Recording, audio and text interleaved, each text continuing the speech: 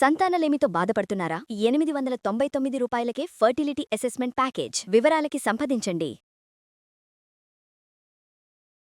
నమస్తే అమ్మా. నమస్తే అమ్మా జయలక్ష్మి. అమ్మా, ఉమ్, స్నానం చేయకుండా ఉమ్, కొన్ని పనులు అస్సలు చేయకూడదు అంటారు. ఉమ్. ఏంటమ్మా లిస్ట్ ఏంటి?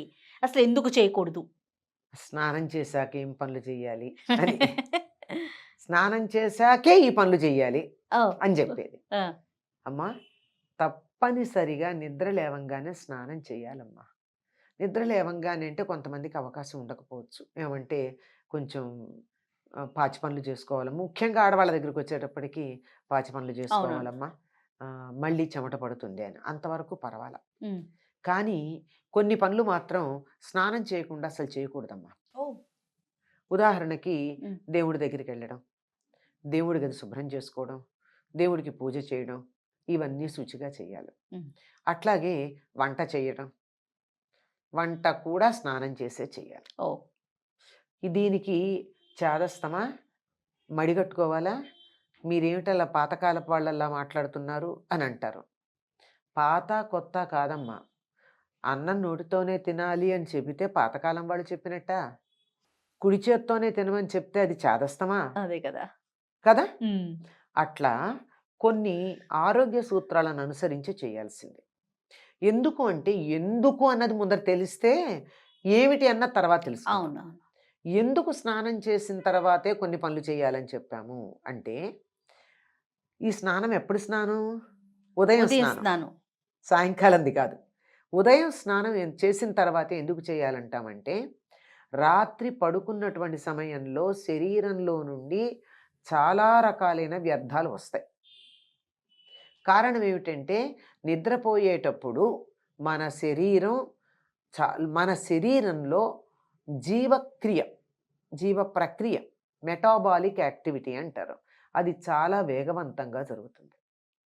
అంతేకాకుండా శరీరంలో మనకు కనపడనటువంటి లోపల ఉన్న అవయవాలు ఉన్నాయి కదా, ఉమ్, అవన్నీ శుభ్రపడతాయి. అవి శుభ్రపడేటప్పుడు ఏమవుతుందమ్మో, ఇల్లు చిమ్మితే ఏమవుతుంది? ఇల్లు శుభ్రం దుమ్ము వస్తుంది. చేసుకుంటే దుమ్ము చెత్త వస్తుంది, దాన్ని బయటపడేయాలా? అవును. ఈ పనే మనం పొద్దున్నే చేస్తాం కదా. మన శరీరంలో ఉండేటటువంటి అన్ని ద్వారాల నుండి, అన్ని రంధ్రాల నుండి వ్యర్థాలు వస్తాయి. ఆ, నోరు కడుక్కుంటాం, కళ్ళు కడుక్కుంటాం, ముక్కు కూడా కడుగుతాం, అవును. లేదంటే కనీసం స్నానం చేసేప్పుడన్నా కడుగుతాం. సరే, ఇతర ద్వారాలు తెలుసు, ఉమ్, మలమూత్ర విసర్జనలు అయిపోతాయి. కానీ ఇంకొకటి ఉంది, కంటికి కనపడనేది అత్యధికంగా ఉండేది, స్వేద గ్రంథులు.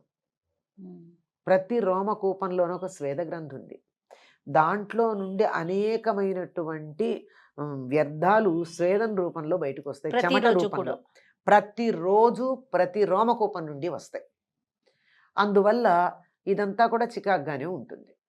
అదంతా శరీరం మీద పెట్టుకుని వంట చేస్తే ఏం బాగుంటుందమ్మా. శుచిగా ఉండి చేయాలని చెప్పారు.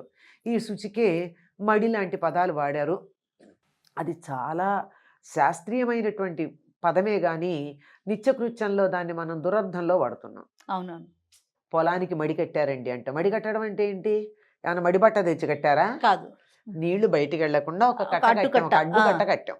బయట నుంచి చెత్త లోపలికి రాకుండా అడ్డుకట్ట కట్టాం. బయట ఎక్కువ నీళ్ళు వచ్చి లోపలికి వచ్చి లోపల వేసినటువంటి ఎరువు అంతా బయటికి పోకుండా అడ్డుకట్ట పాడవకుండా. కట్టాం. ఇట్లా దేనికది ఇటు నుంచి అటు, అటు నుంచి ఇటు లీక్ అవ్వకుండా ఉండడానికి అవును. కట్టే కట్టకి మడని పేరు. ఆ, అట్లా కట్టుకోనే అర్థంలో వాడి అది ఇప్పుడు ఏదో చాదస్త పదంలాగా మనం వాడుకుంటున్నాం. అవునవును. కనుక మడి కట్టుకోని వాళ్ళు ఏ పదం వాడద్దు. హాయిగా స్నానం చేసి ఉతికి ఆరేసినటువంటి శుభ్రమైన వస్త్రం కట్టుకుని గనక వంట చేసినట్టయితే ఆరోగ్యకరంగా ఉంటుంది. తినేవాళ్ళకి, వండేవాళ్ళకి బాగుంటుంది. అసలు స్నానం చేశాక ఎంత హాయిగా ఉంటుందమ్మా, అబ్బా, ఎంత ఒంటి మీద ఉన్న అసలు చెత్త ఆ అంతా కంఫర్టే పోతుంది. వేరు. ఆ సుఖమే వేరు. అందుకే ఎన్నో సందర్భాల్లో చికాగ్గా ఉంటే స్నానం చేయండి అని చెప్తాం. అవును. ఆ విధంగా స్నానం చేసి వంట చేయడం, స్నానం చేసి భోజనం చేయడం చేయాలి. చాలా మంది తినేసిన తర్వాత స్నానం చేస్తారమ్మా, ఫ్రెష్ గా ఉంటుంది. ఒకేసారి బయటికి వెళ్ళే వాళ్ళు కొంతమంది ఆ, మొత్తం పనులన్నీ చేసేసుకొని, టిఫిన్ అయితే టిఫిన్, లంచ్ అయితే లంచ్, వాట్ ఎవర్ ఇట్, ఉమ్, అది తినేసిన తర్వాత స్నానం చేసి అప్పుడు బయటికి వెళ్తారు. ఉమ్, అది నిజంగా ఇది అనారోగ్యాలకి, చాలా అనారోగ్యాలకు కారణం అమ్మ. చాలామంది నేను గమనిస్తూ ఉంటాను, నిద్ర లేవంగానే నోట్లో బ్రష్ పెట్టుకుని వంటింట్లోకి వెళ్ళి అవును. ఒక స్టవ్ మీద పాలు, ఒక స్టవ్ మీద నీళ్లు పెట్టొచ్చి బ్రష్ చేసుకుంటారు. పూర్తవుతుంది అప్పుడు. ఆ తర్వాత కాఫీ తాగి అప్పుడు కుక్కర్లన్నీ పెట్టేసి ఆ తర్వాత కొన్ని పనులు చేస్తారు. అవన్నీ తీసేసి వంటంతా చేసేసి నీట్‌గా చాలా అందంగా టేబుల్ మీద సర్వ్ చేయడానికి నీట్‌గా పెట్టి అప్పుడు వెళ్ళి స్నానం చేసొస్తారు. ఇది చాలా మందిలో నాకు కనపడుతున్నది. కానీ అది స్నానం చేసి వంట చేసి కావాలి అంటే మళ్ళీ కాళ్ళు చేతులు మొహం కడుక్కోండి. వేరే బట్టలు మార్చుకోండి. అంతే కదా! బయటికెళ్ళాలి అంటే వేరే బట్టలు వేసుకుంటారు అవునవును. కదా! వేసుకుంటాము. ఈ పనులు చేసేటప్పుడు వేసుకున్న బట్టలు వేసుకోరు కదా! అంచేత ఆ బట్టలు వేసుకోవడానికి ముందు ఇంకో బట్టలు వేసుకుని వంట చేసుకోండి. హ్మ్. తేలిగ్గా ఉండేవి. హ్మ్. కానీ దీనివల్ల ఏమవుతుంది? మీరు ఇంట్లో వాళ్ళందరికీ కూడా ఒక రకమైనటువంటి అనారోగ్యాన్ని పంచుతున్నారు వంట చేసేవాళ్ళు. ఆడవాళ్ళైనా, మగవాళ్ళే. అవును. అందరూ ఆడవాళ్ళే వంట చేస్తున్నారని ఏం చెప్పొద్దండి. హ్మ్. మగవాళ్ళు చేసినా తప్పే. ఎవరు చేసినా తప్పే. తర్వాత మీరన్నట్టు తిని తిని స్నానం చేయడం. ఇది ఎట్టి పరిస్థితుల్లో చేయకూడదు. హ్మ్. కనీసం ఇది కంటికి కనపడట్లేదు ఈ శుచి. తిన్నాక స్నానం చేయడం అనేది చేస్తే మాత్రం అనారోగ్యం వస్తుందని ఆధునిక వైద్య శాస్త్ర పరిశోధకులు చెప్తున్నమాట. హ్మ్.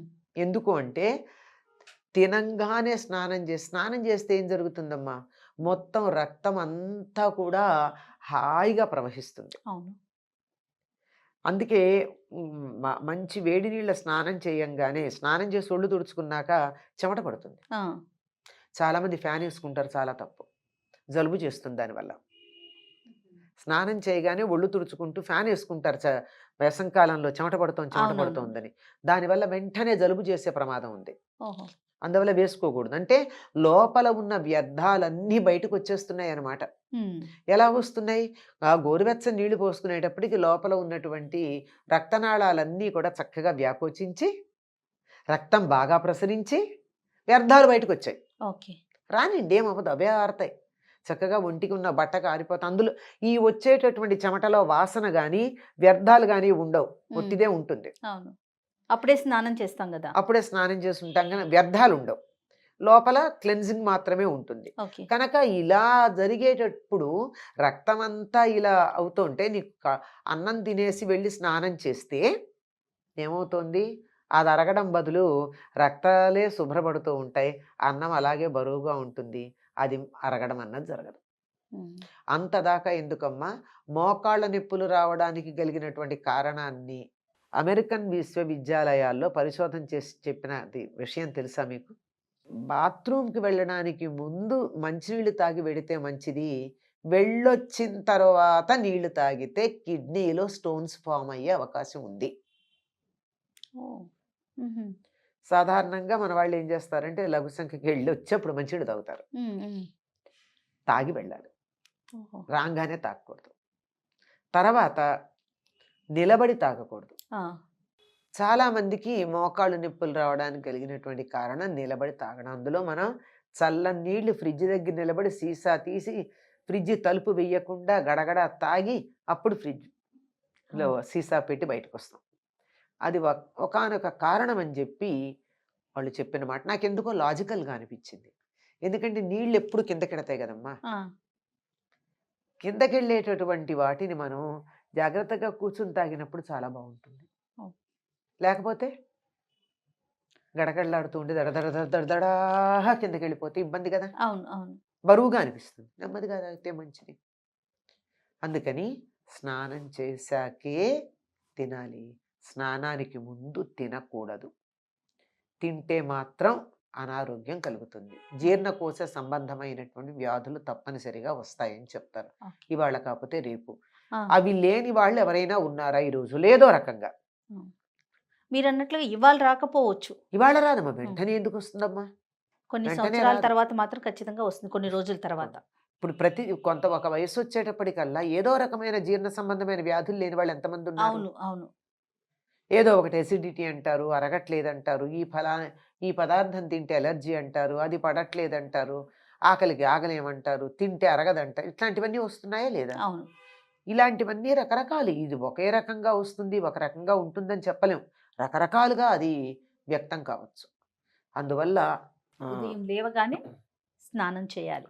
ఉదయం లేవగానంటే కొద్దిగా కొంచెం ఇటువంటి చిన్న చిన్న పనులు అయ్యాక, ముఖ్యంగా పూజ, భోజనము, వంట ఇలాంటివన్నీ కూడా స్నానం చేశాక చేయడమే బాగుంటుంది.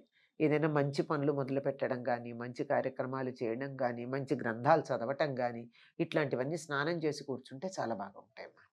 తప్పకుండా అమ్మా. నమస్తే. నమస్తే అమ్మా.